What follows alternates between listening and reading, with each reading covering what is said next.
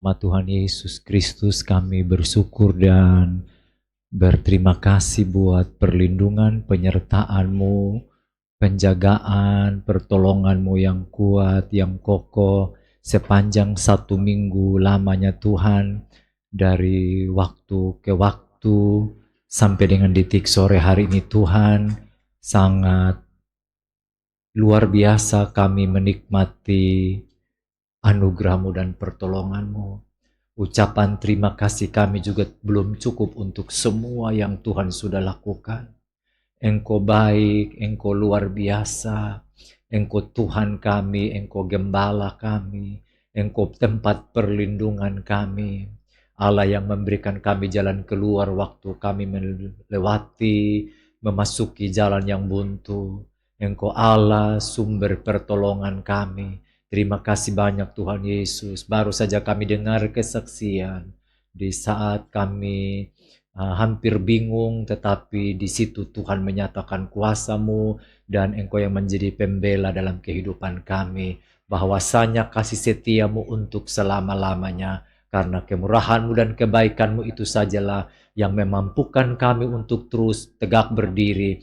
Betapa Tuhan baik dalam hidup kami.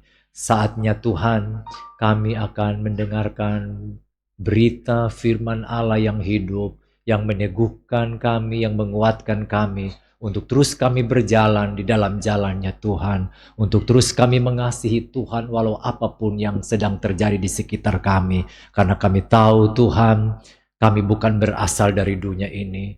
Kalau dunia sedang membawa kami ke dalam berbagai kesukaran dan kesulitan, kami sadar bahwa ini bukan tempat kami. Tetapi kalau Tuhan masih izinkan kami ada di sini, di tengah-tengah kehidupan yang serba sulit, yang penuh dengan pergumulan, Tuhan punya maksud untuk kami jadi alat berkat bagi orang lain dan menyaksikan perbuatan Tuhan yang besar untuk membawa orang lain datang kepada Tuhan. Ambil alih jam pemberitaan firman Tuhan sore ini Bapa. Penuhi kami dengan kemuliaan Allah dan taruh hati yang penuh dengan sukacita. Membuka hati dengan lebar untuk berita firman Allah yang kami dengar. Biar nama Tuhan dimuliakan. Sekali lagi hamba-Mu yang Tuhan izinkan, percayakan untuk jadi alat dalam tangan Tuhan. Tuhan Yesus tolong pakai dia. Dan biar dia menaruh hormat yang tinggi kepada Tuhan. Dan Tuhan yang dimuliakan, kami semua diberkati. Dalam nama Yesus Kristus Tuhan, kami sambut firman Tuhan sore dengan penuh sukacita. Haleluya, haleluya, amin. Baik, puji Tuhan. Shalom, salam sejahtera di dalam Tuhan Yesus Kristus yang memberikan kita kesempatan dan waktu yang baik.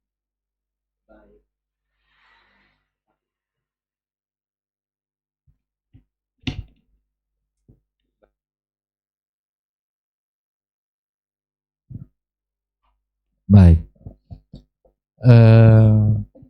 Sekali lagi terima kasih buat Opa, buat Pak Bayu dan Ibu dan seluruh pengurus Persekutuan Doa Air Hidup yang memberi saya kesempatan sekali lagi berbagi firman Tuhan di sore hari ini, dan saya akan ambil firman Tuhan yang dicatat di dalam Pertama Raja-Raja pasal yang ke-17, ayat yang pertama sampai ayat yang ke-24. Cukup panjang ayatnya.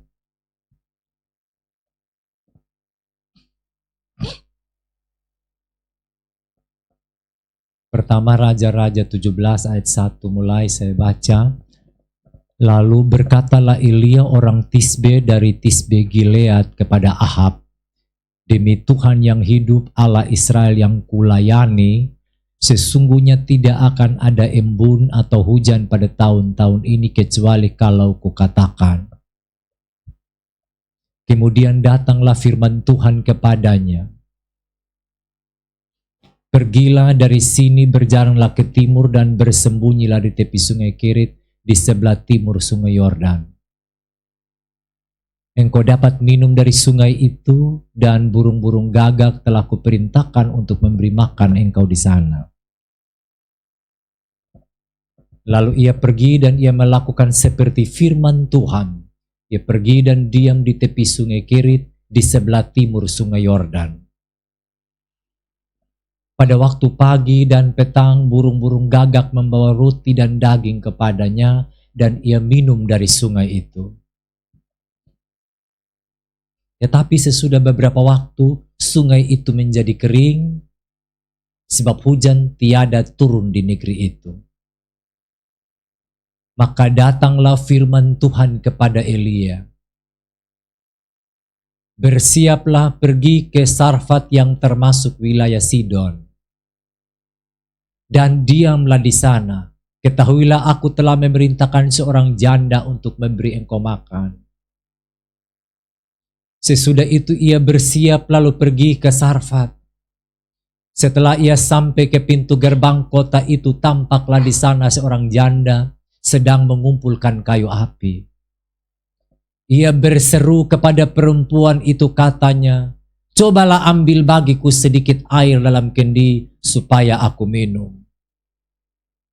Ketika perempuan itu pergi mengambilnya, ia berseru lagi, "Cobalah ambil juga bagiku sepotong roti."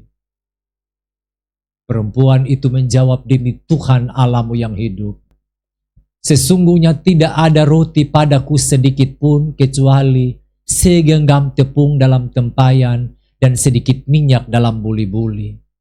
Dan sekarang aku sedang mengumpulkan 2-3 potong kayu api, kemudian aku mau pulang dan mengolahnya bagiku dan bagi anakku, dan setelah kami memakannya, maka kami akan mati." Tetapi Elia berkata kepadanya, "Janganlah takut, pulanglah, buatlah seperti yang kau katakan, tetapi buatlah lebih dahulu bagiku sepotong roti bundar kecil daripadanya, dan bawalah kepadaku, kemudian barulah kau buat bagimu dan bagi anakmu. Sebab beginilah firman Tuhan Allah Israel, tepung dalam tempayan itu tidak akan habis, dan minyak dalam buli-buli itu pun tidak akan berkurang, sampai pada waktu Tuhan memberi hujan ke atas bumi."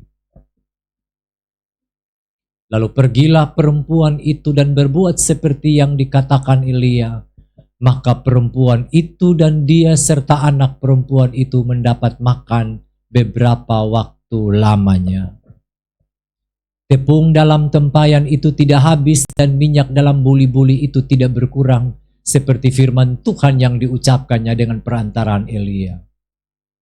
Sesudah itu anak dari perempuan pemilik rumah itu jatuh sakit, dan sakitnya itu sangat keras sampai tidak ada napasnya lagi. Kata perempuan itu kepada Elia, "Apakah maksudmu datang kemari, ya abdi Allah? Singgahkah engkau kepadaku untuk mengingatkan kesalahanku dan untuk menyebabkan anakku mati?" Kata Elia kepadanya, "Berikanlah anak itu kepadaku." Elia mengambilnya dari pangkuan perempuan itu dan membawanya naik ke kamar di atas dan membaringkan anak itu di tempat tidurnya. Sesudah itu, ia berseru kepada Tuhan, katanya, "Ya Tuhan Allahku, apakah engkau menimpakan kemalangan ini atas janda ini juga, yang menerima aku sebagai penumpang dengan membunuh anaknya?" Lalu ia mengunjurkan badannya di atas anak itu 3 kali dan berseru kepada Tuhan. Katanya, "Ya Tuhan Allahku, pulangkanlah kiranya nyawa anak ini ke dalam tubuhnya." Tuhan mendengarkan permintaan Elia itu, dan nyawa anak itu pulang ke dalam tubuhnya sehingga ia hidup kembali. Elia mengambil anak itu, ia membawanya turun dari kamar atas ke dalam rumah dan memberikannya kepada ibunya. Kata Elia, "Ini anakmu, ia sudah hidup."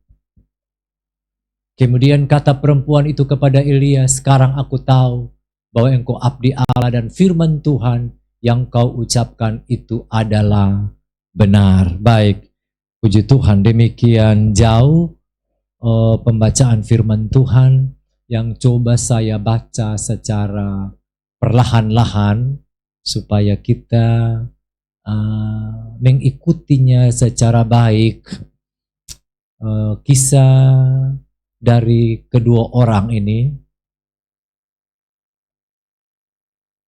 abdi Allah ini bernama Elia, lalu seorang janda yang miskin di Sarfat.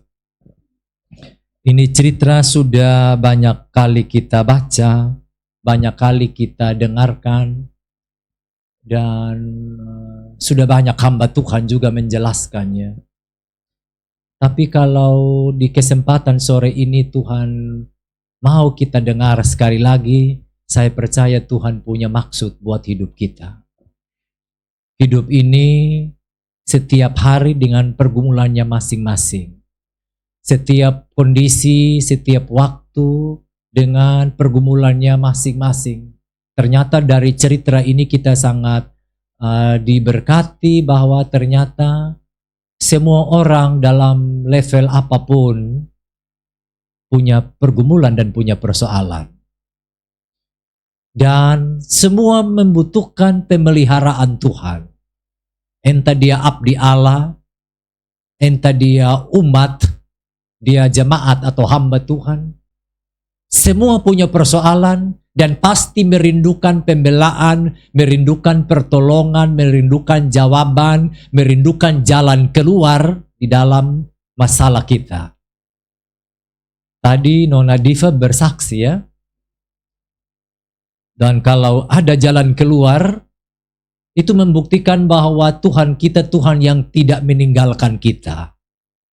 Dia bawa kita masuk di dalam soal seperti itu, sehingga apakah kita bisa menjawab soal itu dengan baik dan benar. Sebab kalau menjawab soal tidak baik dan benar, bisa skornya 60, bisa skornya 70, tapi kalau baik dan benar skornya 100. Kan setiap soal pasti ada jawabannya. Ada anak-anak yang menjawab separuh dari pertanyaan itu. Tidak sempurna jawabannya, tetap ada nilai. Tapi nilainya juga tidak sempurna. Yang guru pasti tahu ya. Atau yang mama-mama, saya bapak-bapak yang biasa cek anak punya pekerjaan dan biasa mendampingi anak mengerjakan PR. Tugas-tugas atau ulangan-ulangan. Selalu dilihat kalau jawabannya tidak sempurna nanti guru tidak memberikan nilai yang sempurna dari poin atau dari nomor urut itu. Kalau urut 1 jawabannya tidak sempurna, dia kasih 80. Kalau jawabannya sempurna, dia kasih 100. Tapi kalau Tuhan, waktu dia kasih kita soal, lalu kita jawab juga dengan baik dan benar, skornya skor yang terbaik. Ada amin. Itu yang kita rindukan dan itu yang Tuhan rindukan. Jadi di bawah dikasih simpang siur sampai 3 judul ya. Dari sekian banyak judul lalu diambil 3, lalu 3 itu disaring, difilter dengan baik, difilter dengan tolak 1, tolak 1, 1, tolak 1. Tapi tangan Tuhan, pertolongan Tuhan itulah yang membuat kita bisa melihat bagaimana Allah bekerja dan tidak melihat kita ini anak siapa, orang tuanya siapa, orang tuanya kerja di mana, tapi tiap kita dikasih soal, dikasih ujian, sampai kepada nabi besar, nabi yang luar biasa ini yang nanti pada akhirnya juga terangkat ke sorga antiru-antiru, toh juga mengalami yang namanya kesulitan. Apalagi kita, jangankan diangkat di langit, angkat di dadegu saja sonde. Udah dadegu ya. Ini nanti bakal diangkat ke sorga.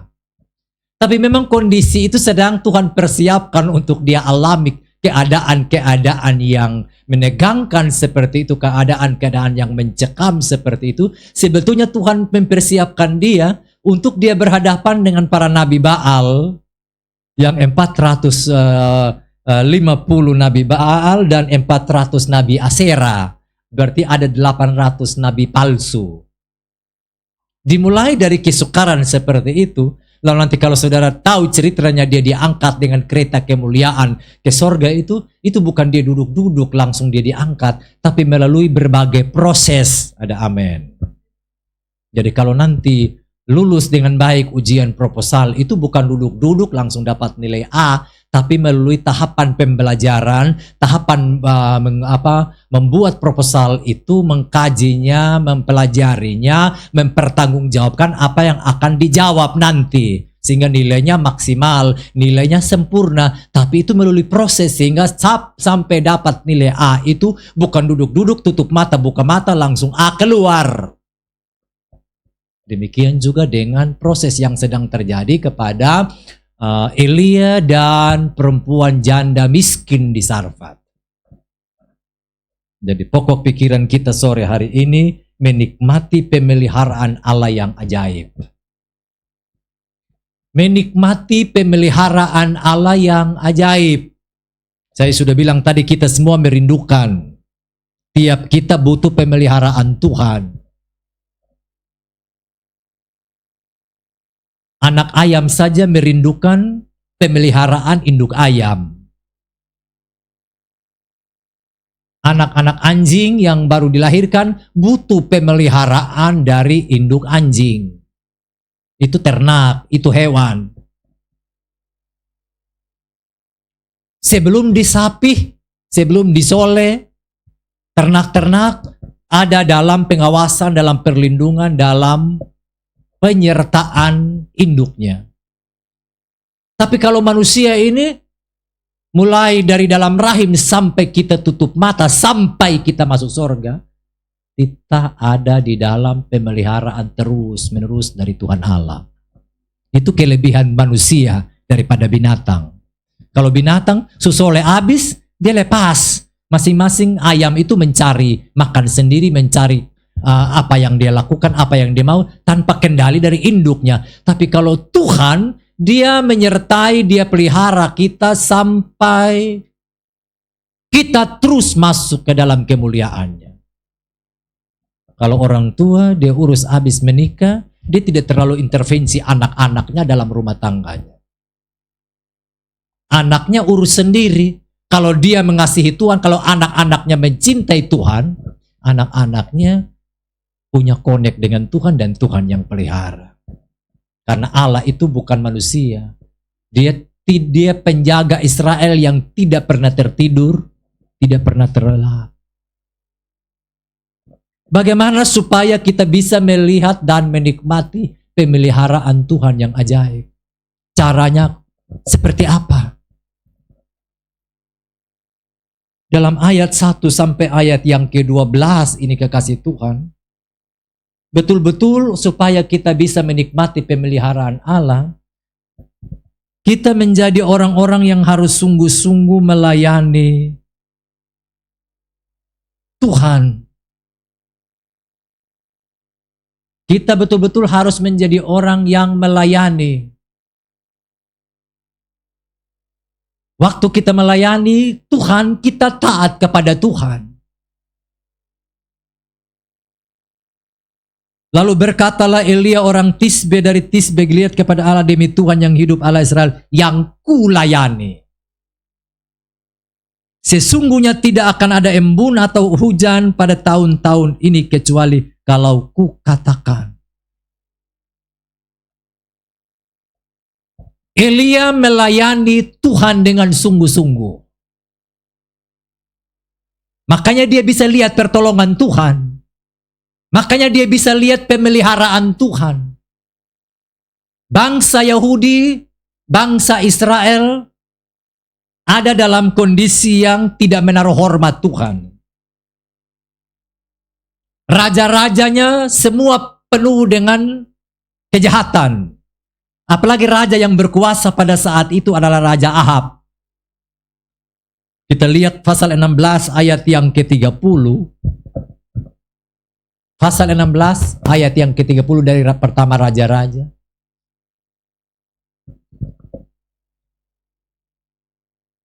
Ahab bin Omri melakukan apa yang jahat di mata Tuhan lebih daripada semua orang yang mendahuluinya. Seakan-akan belum cukup ia hidup dalam dosa-dosa Yerobeam bin Nebat. Ayat 31.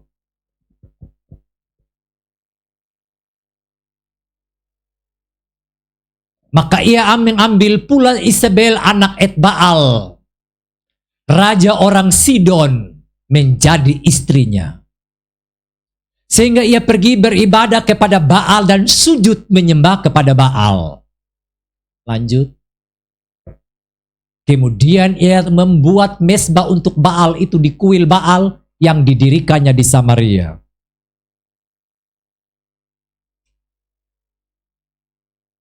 Baca sampai 34, 33. Sesudah itu Ahab membuat patung Aserah. Dan Ahab melanjutkan bertindak demikian sehingga menimbulkan sakit hati Tuhan. Allah Israel lebih dari semua, kembali dulu ada saya, lebih dari semua raja-raja Israel yang mendahuluinya. Lanjut. 34. Pada zamannya itu Hiel orang Betel membangun kembali Yeriko. Dengan membayarkan nyawa Abiram anaknya yang sulung, ia meletakkan dasar kota itu, dan dengan membayarkan nyawa Segub anaknya yang bungsu, ia memasang pintu gerbangnya sesuai dengan firman Tuhan yang diucapkannya dengan perantaraan Yosua bin Nun. Begitu jahatnya Ahab. Begitu kejinya dia melakukan sesuatu yang menyimpang dari Tuhan. Sebagai raja di Israel, di kerajaan utara. Ambil istri juga yang menyembah Baal. Sampai istrinya juga mengendalikan dia, mengatur dia. Lalu Tuhan sakit hati. Lalu Tuhan bilang sama Elia, sekarang omong sama Elia, omong sama Ahab. Embun, hujan, tidak akan ada, tidak akan turun, kecuali kalau saya mengatakannya. Nah, kalau embun atau hujan sudah tidak ada, berarti kesukaran pasti terjadi. Sebab tumbuh-tumbuhan, tanaman-tanaman, itu lebih dari El Nino. Dan pasti mendatangkan kelaparan yang besar.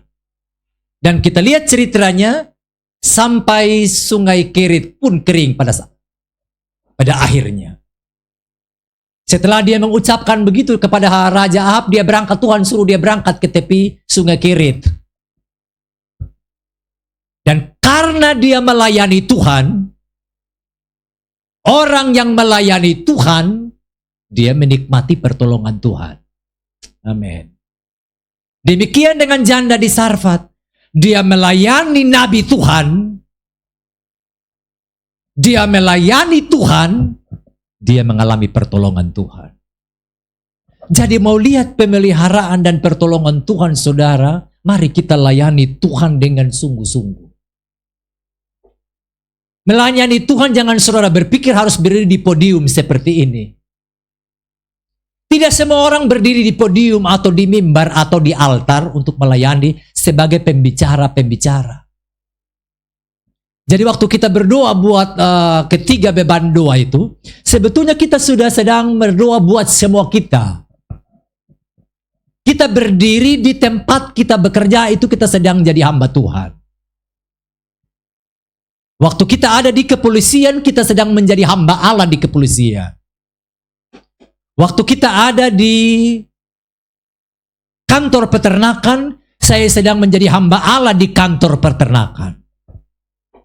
Waktu kita ada di bisnis kita, di sekolah kita, di kampus kita,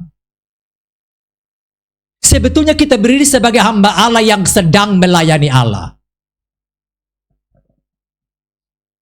Lakukanlah segala sesuatu seperti untuk Tuhan dan bukan untuk manusia.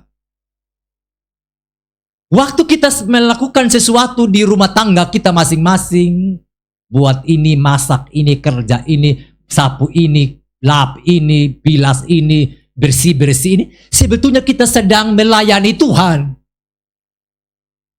Jadi kita ini sebetulnya hamba Allah. Waktu kita lakukan dengan sungguh-sungguh, dengan sepenuh hati, ketika ada persoalan, pasti Tuhan tolong kita. Kalau kita berdiri di atas kebenaran yang sungguh di dalam Tuhan. Kalau kita jadi polisi-polisi yang tidak benar, juga waktu ada soal, kita sudah tidak bisa melakukan sesuatu yang baik, akhirnya kita tidak dapat pertolongan Tuhan. Waktu kita ada di instansi pemerintah, kita jadi orang yang tidak berdiri di dalam jalannya Tuhan. Waktu ada soal, kita tidak bisa memberikan jawaban, kita tidak akan mengatasi soal, lalu kita menjadi orang yang kacau balau. Tapi kalau kita ada di dalam Tuhan, baik di tempat swasta, di rumah kita, di kantor kita, di sekolah kita, di kampus kita, berhadapankah dengan rektor kah, dengan dekan kah, dengan ketua jurusan kah, dengan ketua program studi kah, dengan dosen penasihat kah, dengan dosen pembimbing kah, dengan dosen penguji kah, kalau Tuhan ada pada kita waktu dan kita sungguh-sungguh melayani Tuhan dengan baik, Dia pasti bela kita, Dia tolong kita di tengah kekeringan seperti itu. Ada amin? Ini di tengah kekeringan. Sampai Alkitab berkata yang layani Elia itu bukan Tuhan langsung turun dari sorga. Harusnya kan dia bisa. Harusnya kan Tuhan bisa langsung kirim seperti dia kirim mana buat orang-orang Israel. Burung-burung puyuh yang hinggap di kemah, di tenda-tenda perkemahan bangsa Israel. Tapi kalau saudara lihat tadi, dia pakai binatang yang suka makan bangkai. Paruh kecil, dan kalau dia bawa itu sudah keburu jadi bangkai itu makanan karena paruhnya kecil. Beda kalau paruh elang, dia bisa bawa satu entero ayam beku. Atau ayam yang mungkin sudah cair dari beku, dia bisa langsung bawa kalau elang. Tapi ini burung gagak paruh kecil, jadi waktu dia mau angkat juga itu kan prosesnya lama. Dia angkat, keburu busuk semuanya. Tapi saudara lihat binatang pemakan bangkai begini nih, Tuhan bisa pakai untuk melayani Elia. Sebetulnya Tuhan mau kasih tahu kepada Elia, kepada kita semua, binatang yang rakus seperti ini pun bisa dikatukan mulutnya tidak rakus untuk melayani orang benar. Sebetulnya kan dia juga mau makan. Tapi Tuhan bilang ini yang lebih penting, ini abdi Allah, ini hambaku. Hambaku yang melayani. Jadi kalau kita hidup melayani Tuhan dengan sungguh-sungguh kekasihku di dalam Tuhan dari altar ini saya sampaikan. Silakan sekitar kita dalam kondisi yang serba sulit. Saya sungguh-sungguh sampaikan. Silakan situasi makin berubah, terus berubah dan terus mengganggu kita. Dunia yang kita tempati bukan dunia yang tambah baik. Bukan dunia yang tambah bagus. Tetap makin ada kesukaran dan kesulitan. Tapi kalau kita melayani Tuhan, kalau kita melayani hamba Tuhan, seperti janda di Sarfat ini, walaupun dalam kekurangan dia sendiri, dia masih melayani Tuhan. Demikian juga dengan Elia, walaupun dia dalam keadaan serba sulit dan mencekam dia tetap melayani, dia taat kepada Tuhan. Dia melayani Tuhan. Dan orang yang melayani Tuhan tidak akan dipermalukan. Orang yang menyebut nama Tuhan tidak akan dipermalukan. Ini sebetulnya kalimat basi yang kita dengar. Yang ulang-ulang kita dengar. Tapi biar menjadi pengalaman Tuhan tolong saya supaya saya terus mengalaminya. Sehingga saya hanya tidak mendengar cerita. Jadi betul-betul orang fasik yang buas bisa dipakai Tuhan untuk memberkati kita. Yang sebetulnya mereka bisa makan itu makanan, tapi Tuhan siapkan untuk diberikan kepada orang yang diberkati Tuhan. Untuk diberikan kepada orang-orang benar. Jadi mereka tidak punya kuasa untuk menikmati, hanya kuasa untuk kumpul. Tapi tidak berkuasa untuk menikmati. Tapi kalau orang benar, dia berkuasa untuk menikmati berkat Tuhan itu. Sebab yang capek diambil ini kan bukan burung gagak, bukan si Elia. Yang dia setengah mati, patok ya. Dia patok ambil makanan itu, dia mengambil roti dengan paruhnya yang kecil. Bukan seperti elang atau kakatua. Untuk dibawa kepada orang-orang yang melayani Tuhan. Waktu kita ada di hadirat Tuhan itu sebetulnya kita sedang melayani Tuhan. Waktu kita menghampiri Tuhan dengan angkat tangan kepada Tuhan, sebetulnya kita sedang melayani Tuhan. Waktu kita duduk bersaksi, bercerita, mungkin tidak sebut ayat, tapi kita cerita tentang kebaikan Tuhan waktu kita duduk dengan teman kita di kampus, di sekolah, atau di kantor, atau di mana. Sebetulnya kita sedang melayani Tuhan. Ini 3 minggu berturut-turut anak saya bawa orang-orang yang non-Kristen di rumah. Lalu mulai ikut-ikut gereja. Kelas mereka kan kelas A. Yang lulus tes, lulus yang masuk di jurusan itu tanpa tes. Dan seluruhnya kebanyakan 85% orang Flores. Nah, kalau saya bilang orang Flores, saudara tahu pasti agama apa. Minggu lalu dia sedang membimbing satu orang temannya yang hidup. Pokoknya ya, saudara tahu. Lalu kemarin lagi, tiba-tiba datang lagi, teman kampusnya lagi, datang lagi, punya persoalan lagi. Jadi ditampung, dikonseling, dibimbing, dibawa kepada Tuhan. Nah ini kan saudara lihat, kelihatan mereka kan orang-orang cerdas, orang pintar secara sekuler. Kelas AB itu kan kumpulan orang-orang yang SMP apa itu, bukan SB. Yang kuliah yang tahu. Jadi langsung masuk tanpa melalui tes di situ. Jadi secara nasional. Jadi ini saudara kumpulan orang pintar tapi akhlak, moral tidak mendukung kecerdasan. Jadi anak saya sudah tidak tahu mereka lihat seperti karena mungkin hari-hari dong lihat hari-hari hidupnya omong Tuhan, tidak omong ayat di kampus. Jadi kadang-kadang mereka sampai mereka bilang kalau tiba-tiba kalau takuju bemaki, nanti dong bilang begini, weh, kosong bemaki di muka malaikat. Jadi ini anak saya bilang kosong sembarang. Jadi tidak tahu, jadi maksudnya kita tidak berteriak tentang ayat kepada orang, tapi dilihat dari perilaku kita dan cara hidup kita, cara tegur kita, cara sapa kita, cara rangkul. Bayangkan Nona yang minggu lalu datang, itu yang sampai 3 hari di rumah. Itu dihindari semua orang. Tapi di kampus anak saya rangkul, bicara, komunikasi. Jadi sampai dong bilang, kami sudah tidak bisa atasi dia. Lu Nike mungkin yang bisa atasi. Tapi akhirnya dia punya keinginan terus untuk datang kepada Tuhan. Dia pulang dalam ketidakkenyamanan. Tidak diajar ayat di rumah. Berdoa, lalu sharing, cerita, istri dan anak mulai cerita. Pokoknya cerita putar-putar kisah tentang kisah orang. Tapi masuk dalam dia. Dan waktu masuk, saudara kan, itu orang pintar, orang punya. Tapi kalau dengar firman Tuhan dari orang sederhana model kita, kalau Tuhan yang bicara, saudara bayangkan dia nangis waktu dengar kesaksian itu. Seolah-olah karena kejadian yang itu mengena dalam hidupnya. Tanpa menyebut ayat dari mana firman Tuhan apa. Kalau lihat hidup kita melayani Tuhan dengan sungguh-sungguh, kita akan jadi orang yang melihat jalan keluar waktu kita ada masalah. Bahkan orang lain pun waktu ada masalah, kita kasih jalan keluar. Sampai berhadapan dengan dosen-dosen di jurusan ilmu komunikasi.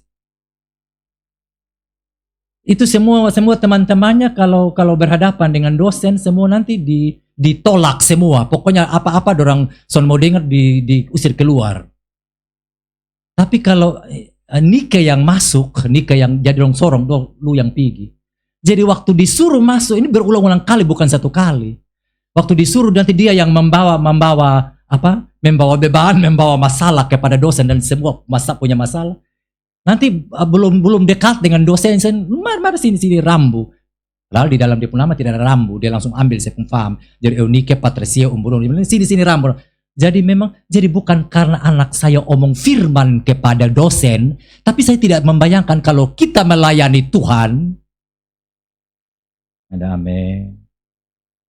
Kalau kita setia melayani Tuhan, pasti waktu kita ada soal, pasti Tuhan tolong kita. Sampai mereka bilang begini, karena mereka bukan Kristen yang sungguh-sungguh di dalam Tuhan. Jadi bilang, lu pakai jimat apa kau bisa hadapiin dosen-dosen yang mengong seperti ini?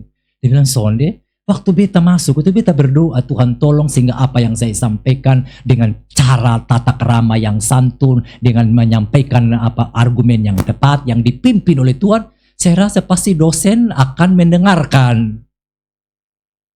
Jadi kalau kita dipimpin oleh Tuhan, karena kita giat melayani Tuhan, pasti Tuhan bela kita mulai dari ujian proposal sampai ujian sarjana, ujian skripsi.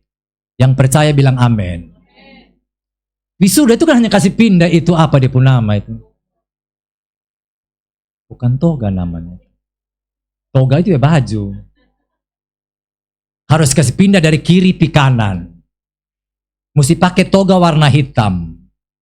Itu ada arti di internet, semua ada artinya. Kenapa tidak kasih pindah dari kanan ke kiri, dari kiri ke kanan? Pulang bercari ya. Saya banyak tanya sarjana-sarjana yang di wisuda, tahu artinya dong? Tidak waktu saya kasih khotbah ucapan syukur sama saya, mereka tidak tahu.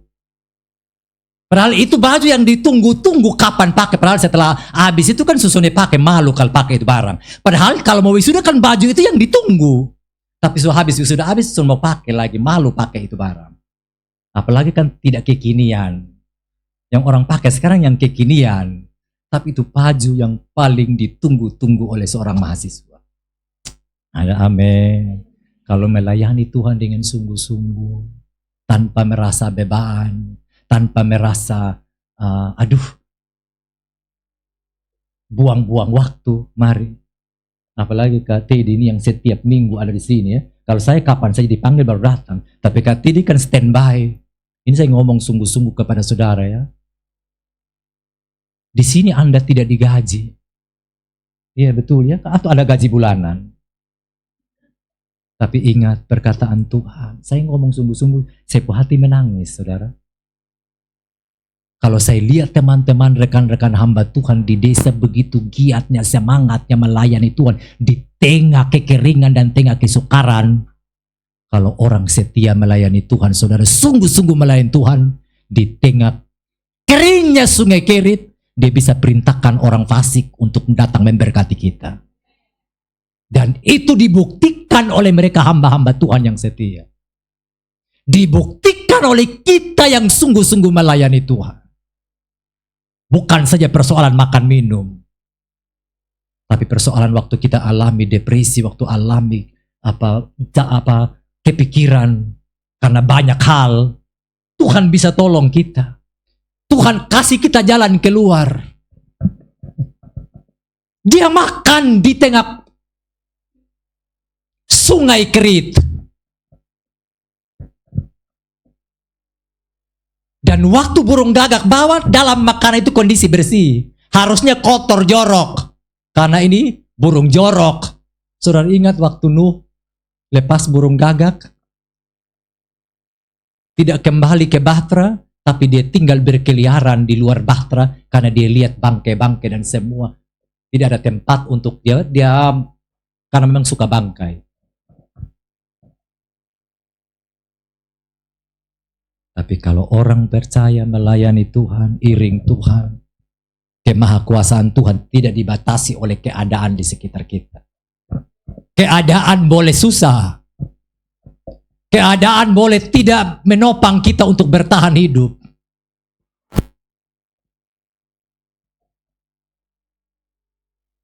Di pemerintah ini mulai dari kabupaten sampai pusat ini semua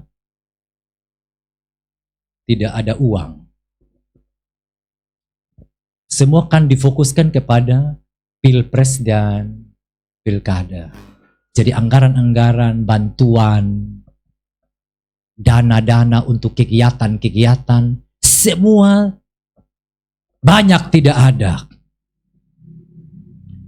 Nah, pegawai-pegawai yang biasa berjalan, itu pasti kan sesuatu yang sangat sulit. Apalagi kalau yang lalu-lalu ada sulit begini, nanti ada yang istilah dulu bilang kesra, tambahan tunjangan perbaikan penghasilan, kan istilah TPP. Tapi sekarang kan banyak yang tidak dapatkan, dan semua orang di mana-mana sulit. Di sekitar banyak orang mengeluh. Semua orang mau petani, mau pegawai, mau konglomerat, semua dalam keadaan yang serba sulit. Tapi ingat, kita orang yang melayani Tuhan. Kita orang yang menyembah Tuhan. Kita orang yang sujud menyembah dan melayani Tuhan. Sebab waktu kita ada di hadirat Tuhan, sebetulnya kita sedang melayani Tuhan. Kalau saya khotbah begini, saya sedang melayani pekerjaan Tuhan. Tapi waktu saya duduk diam di kaki Tuhan, saya sedang melayani Tuhan. Setuju ya? Waktu ada di polisi jadi kapolsek, itu melayani pekerjaan Tuhan. Satu waktu berdiam di kaki Tuhan meminta hikmat sebagai kepala, sebab aturin manusia dengan strap, satu strap, dua strap, banyak strap. Itu kan butuh hikmat dari Tuhan. Demikian dengan hidup kita, dengan soal yang terjadi dalam hidup kita. Waktu kita melayani Tuhan, Tuhan tidak akan tinggalkan kita. Sebab waktu kita melayani Tuhan, di situ Tuhan akan bicara kepada kita. Tuhan bisa omong-omong dengan Elia, ini kan pasti ada connect. Pasti ada hubungan yang intim, makanya Tuhan bicara. Tuhan beromong dengan dia. Kalau dia tidak ada hubungan yang manis, yang intim dengan Tuhan, masa Tuhan bisa ngomong dengan dia? Dia pribadi yang khusus.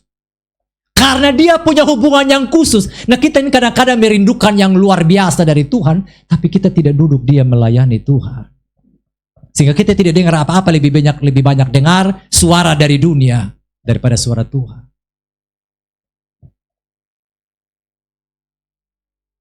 Buat anak Tuhan, tidak penting awal bulan atau akhir bulan. Tidak penting di tempat kering atau di tempat basah. Toh juga sungai Kerit nanti yang awalnya ada air, toh juga dia tidak ada air, dia kering. Jadi tidak penting kita ada di mana ya. Seperti masih ingat kisah Abraham dengan Lot. Lot dia pilih lembah Yordan seperti taman Tuhan yang banyak air. Tapi Abraham pilih Hebron yang kering kerontang. Tapi di tempat yang kering kerontang itu dia bangun mezbah. Dia melayani Tuhan. Dia ada di kaki Tuhan. Dan apa yang terjadi? Dia diberkati dan ditolong oleh Tuhan. Tapi ujung-ujung dari Lot, saudara tahu? Ternyata itu Sodom dan Gomora yang nantinya dihukum dengan api belerang. Kelihatan bagus wah dari luar. Seperti taman Tuhan. Usaha apa saja di situ kelihatan bagus semua, tapi penuh dengan kejahatan. Usaha bengkok, kerja bengkok, jadi polisi bengkok, jadi pegawai bengkok, jadi ibu rumah tangga yang bengkok, jadi mahasiswa yang bengkok, jadi anak sekolah yang bengkok, jadi pelayan Tuhan yang bengkok. Saudara kan sekarang kan banyak yang melayani juga bengkok. Tapi kalau kita hidup di dalam kebenaran, hidup lurus, saya percaya ini sukar ini tidak akan berhenti. Saya ngomong sungguh-sungguh dari sini, kesukaran ini tidak akan berhenti selagi kita masih ada di planet ini. Selagi kita masih di sini, tidak akan yang namanya tidak ada persoalan. Itu membuktikan bahwa kita bukan dari sini. Kamu bukan berasal dari dunia ini. Makanya dunia membenci kita. Makanya persoalan kita bertubi-tubi. Dan setan mau intervensi untuk kita keluar dari jalurnya Tuhan. Tapi kalau kita terus berjalan di dalam jalurnya Tuhan, tidak penting kita tinggal di mana. Tidak penting kita kerja di mana.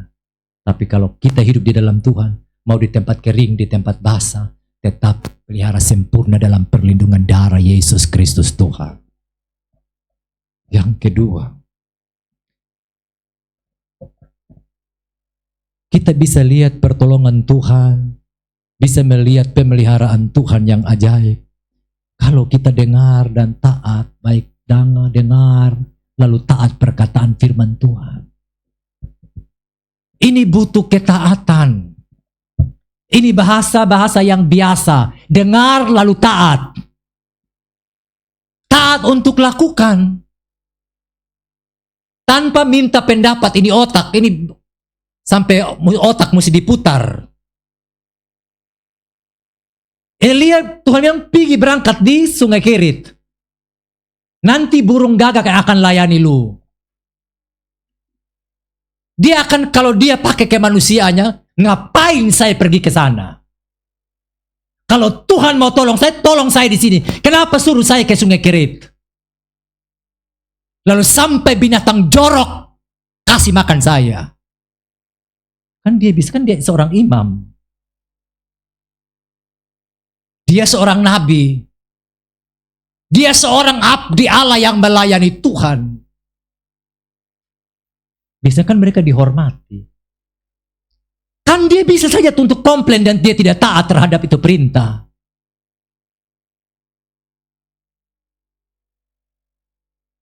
Ayat yang kedua, kemudian datanglah firman Tuhan kepadanya, pergilah dari sini. Berjalanlah ke timur dan bersembunyilah di tepi Sungai Kerit di sebelah timur Sungai Yordan. Engkau dapat minum dari sungai itu dan burung-burung gagak telah kuperintahkan untuk memberi makan engkau di sana. Harusnya dia bilang begini, jangan burung gagak Tuhan, kalau bisa kasih burung merpati. Kenapa saya harus pergi untuk bersembunyi? Apakah Tuhan tidak bisa kalau saya dikejar? Kalau seandainya saya dibenci oleh Raja Ahab, karena perkataan saya yang mengatakan bahwa nanti tidak akan ada embun dan tidak akan ada hujan. Sampai ku katakan, kalau dia contoh kali jam 7 dia bilang tidak ada air, tidak ada embun. Kan di waktu tidak ada kan si raja kan bisa kejar dia, cari dia. Ini kotong su 4 jam, su 6 jam, sudah 10 jam, sudah ada air. Sekarang lu omong sudah. Karena lu bilang sampai lu katakan, sekarang ngomong sudah. Tapi Tuhan tidak mau untuk dia omong dulu. Makanya pergi menyingkir. Pergi untuk bersembunyi. Harusnya kan dia bilang begini, Tuhan, biar saya di sini saja. Di sini kan ada kamar untuk bersembunyi. Nanti kalau tiba-tiba atau Ahab dengan tentaranya datang, kan Tuhan bisa langsung tudungi beta. Langsung sesuatu awan kemuliaan tutup beta dan dia tidak akan lihat saya. Bisa dia komplain seperti itu. Tapi kalau orang yang mau tunduk taat kepada perkataan Tuhan, tanpa berpikir panjang, dia pergi ke tepi Sungai Kerit.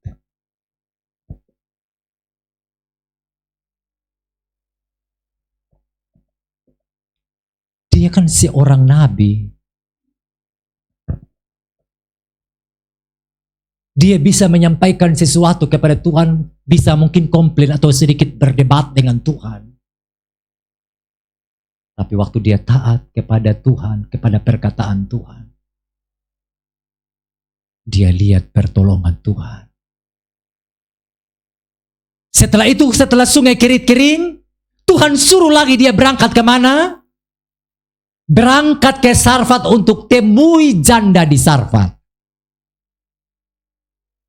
Dia bilang pergi di janda di Sarfat, nanti dia akan kasih makan lu.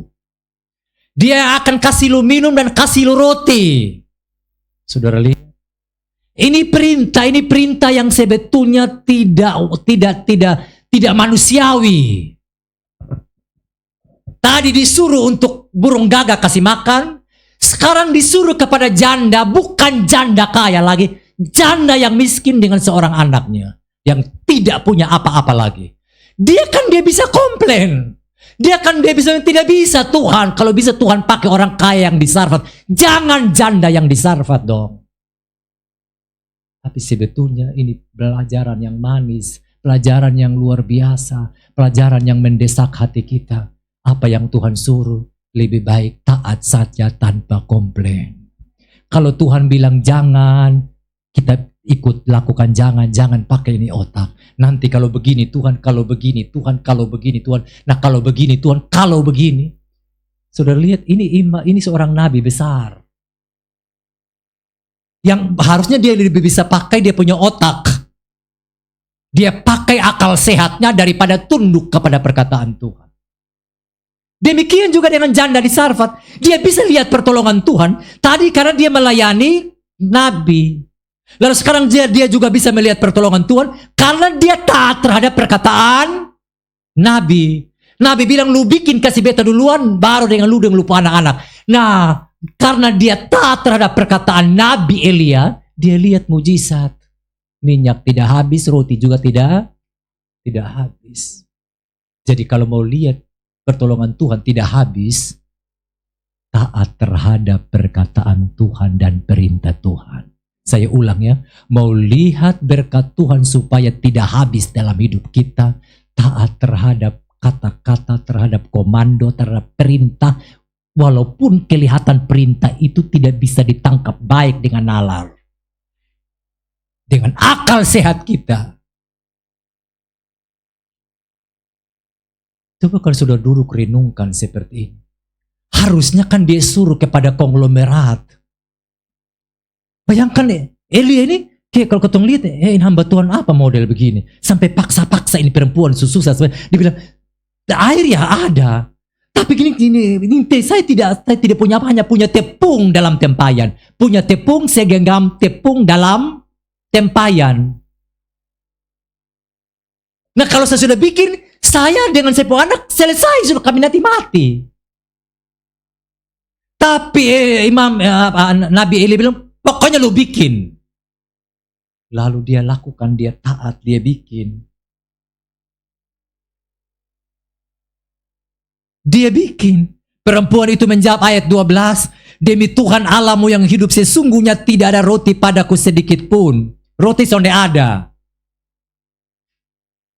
Yang ada hanya segenggam tepung dalam tempayan. Dan sedikit minyak dalam buli-buli. Dan sekarang aku sedang mengumpulkan 2-3 potong kayu api. Kemudian aku mau pulang dan mengolahnya bagiku dan bagi anakku. Dan setelah kami memakannya maka kami akan mati. Tetapi Elia berkata kepadanya, jangan takut.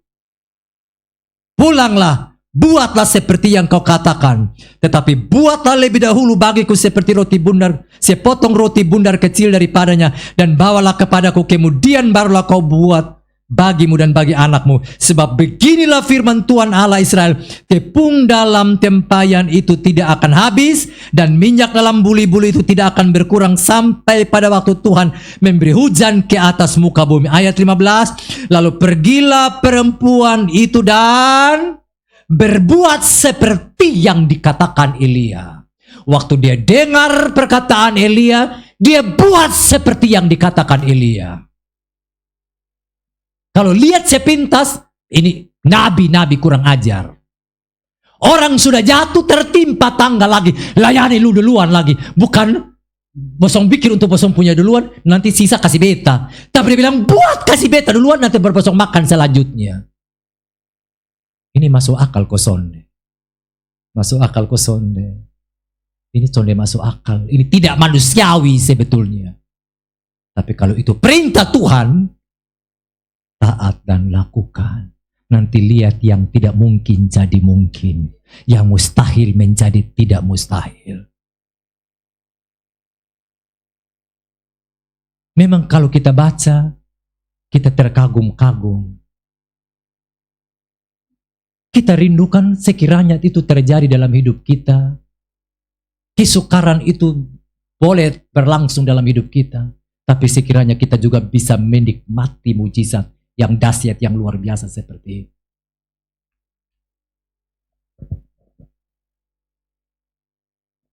Dia berangkat, dia buat. Ini kan dia mau bicara kayak api. Dia dengar, dia berangkat, dia buat, dia bikin, lalu kasih Elia. Waktu dia bikin, itu kan satu genggam. Saya duduk renungkan, ini aduh, Dia buat itu satu genggam, itu satu genggam kan kayak begini ya. Itu bisa bikin roti, kalaupun paling tidak ya 1 ke 2 roti itu. Yang sebetulnya cocok pas untuk dia dan dia anak. Apalagi kalau anaknya sudah sedikit besar, masa dia kenyang kalau makan kue sepotong roti sekecil ini. Apalagi kalau tidak ada dia pun, apalagi bibit roti. Son ada permifan, dia makin tak beragi lagi, dia makin melempem, makin kecil dan keras, dan itu mau kenyang juga. Aduh, coba kalau saudara duduk, saudara renungkan ini firman Tuhan. Tuhan ini kadang-kadang membuat sesuatu yang tidak bisa diterima dengan akal, tapi sebetulnya mau mendidik kepada kita. Ini bukan soal ada tepung dan tidak, tapi soal taat atau tidak. Taat itu ternyata membuka pintu berkat itu mengalir dan tidak stop. Sampai Tuhan bilang stop. Biar kita yang bilang stop juga dia tidak stop. Kecuali Tuhan bilang stop. Yang setuju bilang amin. Sampai kita bilang stop Tuhan, tapi kalau Tuhan bilang belum, dia mengalir terus.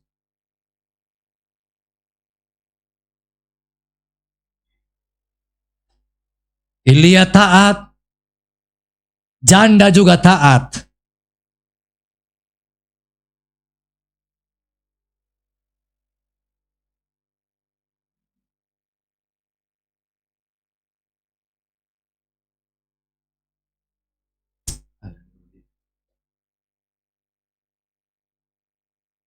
Perjalanan dari Sungai Kerit ke Sarfat itu saya coba search di Google.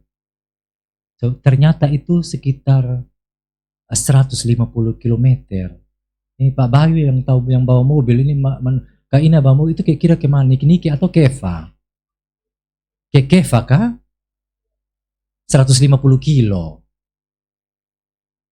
Lebih ya? Nah, ini bayangkan ini itu tanpa menggunakan taksi atau travel. Makanya saya bilang Tuhan ini kadang-kadang suruh yang tidak masuk akal. Sampai mesti cari apakah tidak ada kota yang sedikit lebih dekat kok, sampai suruh Sarfat yang 150 kilo, lalu yang kas makan sana bukan konglomerat kota Keva. Waktu saya baca, saya bilang Tuhan ini ngapain Tuhan sampai model begini, sampai suruh lagi ini orang sudah agak umur ini si Elia. Berangkat lagi dengan sudah dalam kondisi Sungai Kerit sudah tidak ada air, jalan haus kering lagi, 150 kilo tanpa menggunakan kedelai, tanpa menggunakan keledai atau onta dan seterusnya, jalan sampai ke Sarfat, lalu yang temui orang susah. Nah ternyata Tuhan pun maksud ini, lu ada susah juga, dari susah yang susah bakal ketemu, supaya bosong dua lihat pertolongan Tuhan. Kalau susah ketemu orang kaya itu tidak terlalu spektakuler. Yes. Yang spektakuler itu, yang susah bakal ketemu susah, lihat pertolongan Tuhan, kesaksiannya makin dahsyat dan wow. Sampai jalan berkilometer begitu. Ratusan kilometer. Dahsyat benar Tuhan. Dan apakah saudara waktu dia jalan itu tidak ada susah? Orang pi usah baru naik langsung pusing ko fresh care dong naik. Kalau baru sampai Osao. Saya tidak, itu paling sudah makan dengan baik.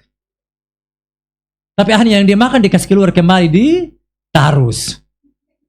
Belum sampai di Osao. Itu apa? Karena apa? Gangguan pencernaannya terganggu. Gangguan pencernaan terganggu. Aduh, beta mesti makan lombok. Akhirnya belum sampai Osao, dia kasih olah buang semua di Tarus. Dan pas ada puskesmas Tarus.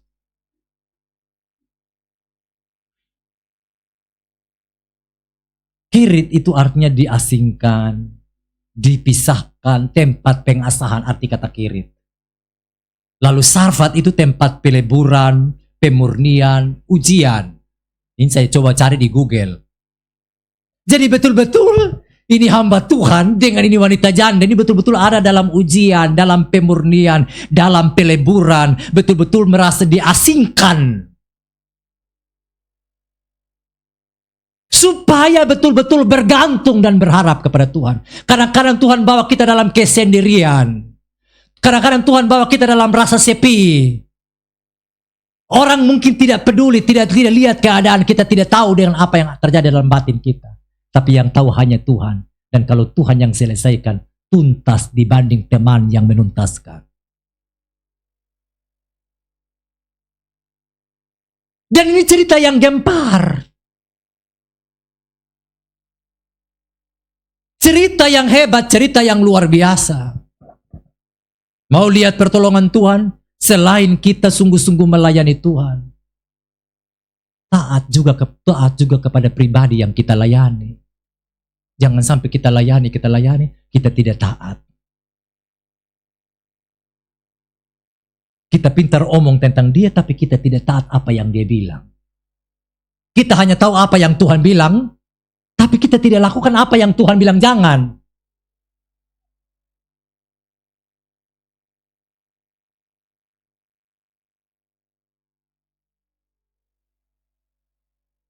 Jalan lagi bukan di pusat kota ya. Pergi lagi di Sarfat, ini bukan di pusat perkotaan keramaian. Pergi yang memasak dengan apa? Pakai apa? Pakai kayak apa? Artinya rumah sedikit-sedikit kayak kampung begitu ya. Aduh Tuhan, saya baca, saya renungkan ini bukan pidi yang tendes kenop, kok apa pakai kompor gas. Ini pendeta, saudara ya, ini pendeta yang pergi. Kita sekarang kan pendeta di mana-mana kan, hotel bintang 5, mobil dijemput oleh panitia-panitia, pakai adat-adat, pakai segala lalu dikasih di tempat yang terbaik. Fasilitas yang terbaik, makanan yang terbaik, sambil posting makanan dari meja ini, contoh kali ini meja makan dari sana, semua diposting seluruh makanan. Ini saudara tidak ada yang diposting-posting, makanan juga makanan biasa-biasa. 1 genggam tepung dan sedikit minyak untuk bola balesan dia supaya dia terbentuk, mungkin di raise sedikit mungkin atau supaya jaringan angus. Jadi minyak itu kayak apa? Jadi kalau bikin roti kukus ya begitu ya. Tanpa isi apa-apa di dalam. Kalau ketemu roti kukus ada apa lagi? Ada serunding di dalam atau ada isi kacang atau isi segala macam. Ini hanya antero begitu, jadi tinggal oles, buang ini minyak untuk taruh di loyang supaya dia jangan angus buang. Coba kan saudara dulu kau renungkan, aduh Tuhan, sangat menyedihkan. Makanya ada yang murtad saudara. Tapi kalau saudara lihat murtadin yang tinggal tetap di dalam Tuhan sampai menderita sekalipun, tetap cinta Tuhan untuk selamanya. Nah yang gampang murtad ini yang kita. Tapi kalau yang dari seberang datang ke kita, karena memang betul-betul ditangkap oleh Tuhan bukan karena untuk cari makan, beda ceritanya. Kesukaran sekalipun tetap bertahan itu sampai Tuhan angkat. Dan pakai mereka menjadi alat dalam tangan Tuhan yang menggemparkan dunia.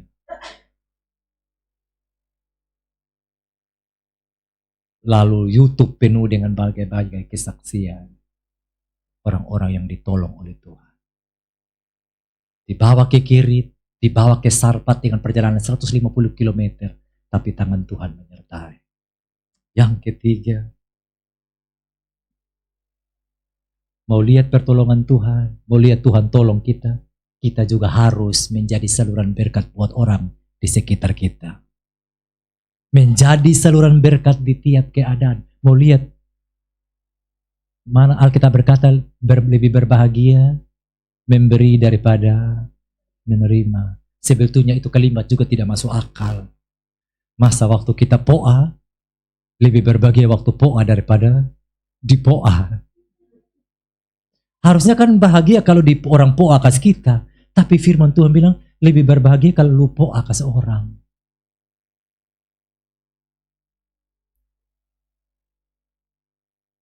Ayat 13 sampai 16, ayat 24. Kemudian kata perempuan itu kepada Elia, sekarang aku tahu bahwa engkau abdi Allah dan firman Tuhan yang kau ucapkan itu adalah benar. Ayat 13 sampai 16, dia taat, dia lakukan, dia buat. Dia kerjakan. Minyak tidak habis, lalu tepung tidak habis.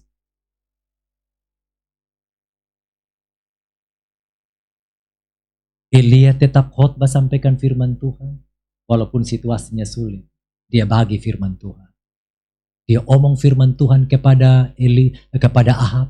Dia omong firman Tuhan kepada janda di Sarfat. Sebab firman Tuhan. Sebab ada firman Tuhan. Sebab beginilah firman Tuhan. Jadi dia tetap share.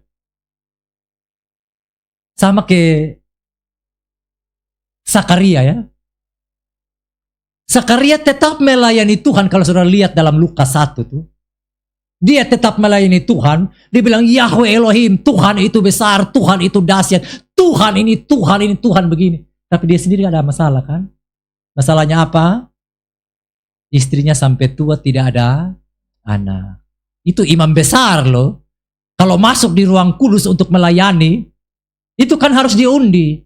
Nah yang boleh masuk di ruang maha kudus itu hanya imam besar. Yang lain-lain imam-imam kecil dong di ruang kudus. Tapi ruang maha kudus hanya punya jabatan imam besar. Tapi dia tidak punya masalah besar, tidak punya anak. Dan kalau tidak punya anak menurut tradisi perjanjian lama, itu aib. Tetapi karena tetap melayani Tuhan, satu waktu Tuhan pasti dengar doa kita. Itu nanti pulang berbaca Lukas 1 ya. Waktu dia masuk di ruang maha kudus, langsung dia bisu. Karena Tuhan bicara kepada dia. Bahwa tahun depan nanti engkau istrimu akan melahirkan seorang anak laki-laki. Langsung kasih tahu memang. Kita USG sampai 4 kali bertahu. Itu pun juga nanti salah buang. Saya pun kawan di kantor ada 2 orang. USG di usia kehamilan. Karena peternakan lah tak bilang kebuntingan. Maksudnya usia kehamilan sudah 7 bulan. Itu USG. Ultrasonografi 2 kali. Ada yang sampai 4 kali. Bilang laki-laki keluar perempuan.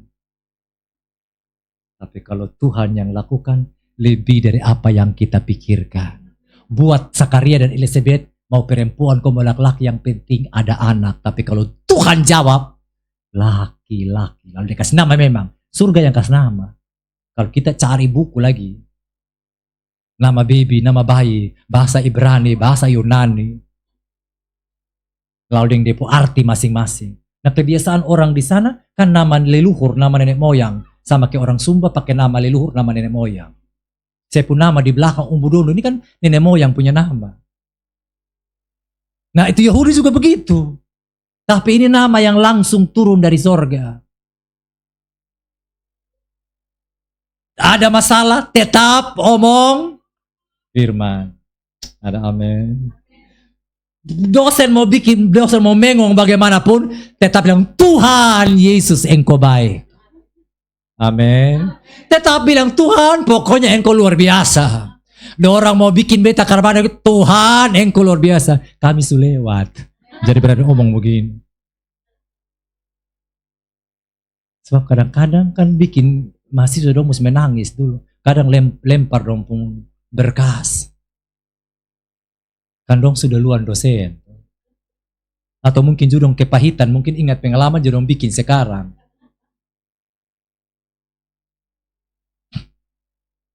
Mari tetap jadi saluran berkat, tetap omong firman Tuhan. Lalu si janda, walaupun kondisinya sekarat, tetap dia berbagi buat orang lain. Apalagi dia berbagi buat hamba Tuhan. Dan Tuhan memberkati dia dengan berlimpah-limpah. Saya percaya Tuhan tolong kita di sore hari ini. Saya sudah selesai.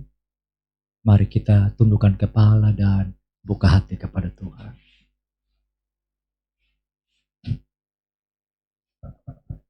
Rendah hati, sampaikan masalah kita kepada Tuhan. Dan percaya bahwa Tuhan pasti selesaikan masalah kita.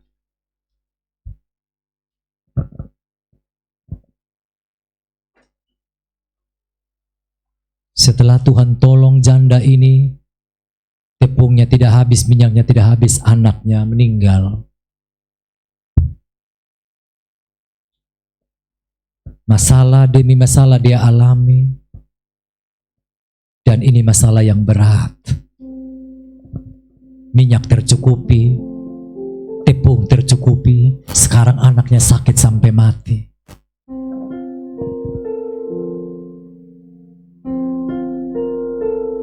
Tapi Elia bilang dalam ayat 19, berikan anak itu kepadaku. Lalu anak itu dia bawa di kamar doa di ruang atas di hadirat Allah. Lalu dia berseru kepada Tuhan dan Tuhan jawab doanya.